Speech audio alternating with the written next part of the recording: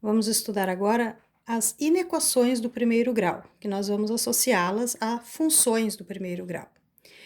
Inicialmente, o que eu tenho que saber? Que isso aqui eu posso associar a uma função f de x, y, né? Tanto faz. Então, eu posso dizer que essa minha função, esse primeiro membro, como ele está com zero no segundo membro, é a minha função f de x igual a 2x mais 3. Então, a primeira coisa que eu faço é descobrir o zero ou raiz dessa minha função. Como é que eu faço isso? Eu troco o y por zero, igual a 2x mais 3. E resolvo colocando o que tem x para um lado e o que não tem para o outro. Eu vou passar o 3 para cá, vai ficar menos 3 igual a 2x, ou seja, o x é igual a menos 3 meios. Pronto, encontrei o meu zero ou raiz da minha função. Bom, sabendo isso, eu tenho como fazer o gráfico, né?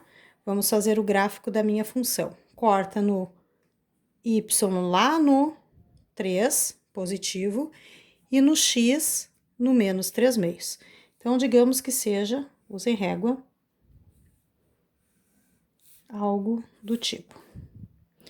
Menos 3 meios, digamos, menos 1, menos 2. Menos 3 meios seria por aqui. E o 3 do y,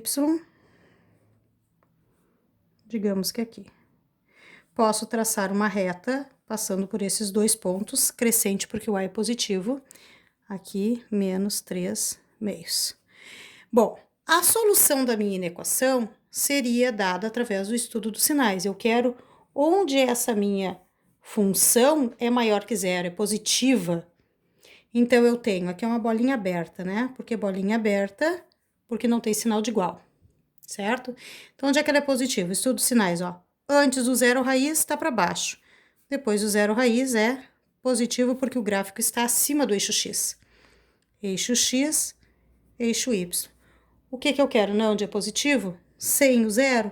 Então, eu pinto tudo isso. Então, a minha solução seria o valor de x que pertence aos reais, tal que o x tem que ser o quê? Depois do menos 3 meios é maior do que menos 3 meios. Pronto, tá aqui a solução associada a uma função. Já no segundo exemplo, vamos começar associando este primeiro membro a uma função. Digamos que g de x, para não ficar igual ao anterior, ou y, né? Então, a minha g de x é igual a menos 3x mais 12. Calculo zero raiz trocando y por zero. Então, igual a menos 3x mais 12. O que tem x para um lado, que não tem para o outro. Então, 3x igual a 12.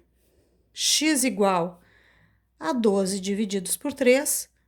Descubro, então, que o meu x é igual a 4. Isso aqui é o meu zero ou raiz. E aí, eu vou fazer o gráfico também para saber onde que eu tenho que pintar no meu gráfico, que nem eu fiz nesse anterior. Então, aqui eu tenho a função, vai cortar lá no y, no 12, que é o meu valor do b na minha função, e no x igual a 4. Então, eu teria... Tem que fazer proporcional, né, gente? Usem régua, tudo direitinho. Eixo x, eixo y, digamos que o 4 seja aqui e que o 12 seja aqui.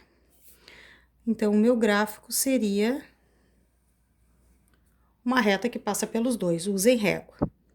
Esse meu 4, que é o zero raiz, vai determinar que antes o meu y é positivo.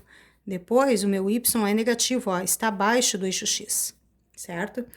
Então, aí eu sei o que eu vou pintar, ó. Aqui no início tá escrito, ó. Eu quero que é negativo e mais o valor do zero raiz. Então, por isso que essa bolinha é pintada. E onde que ele é negativo? Ele é negativo nessa parte.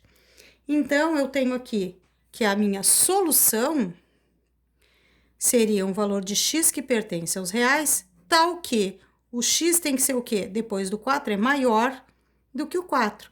Como a bolinha é fechada, porque diz aqui no início, eu tenho que considerar o 4 também.